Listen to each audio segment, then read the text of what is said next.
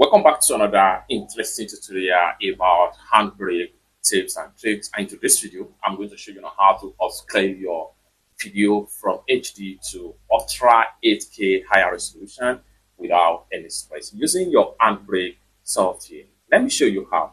The very first thing you want to do is to go ahead and upload the video into the handbrake software. So for that, I'm going to go ahead and bring out the video right here. So I'm going to drag this video right here, and it's going to load to the handbrake right here. And the next thing we want to do right here is to make sure we navigate to this dimension tab right here. On getting to dimension tab, then you have resolution limit, resolution and scaling. So go ahead and click on here, and then you want to make sure you choose 8K Ultra HD right here. Once you select on that, then you are good to go. Then you can also click on the preview right here. That will give you the kind of resolution you are getting when you export in 8K resolution. Go ahead and click on this to close the tab.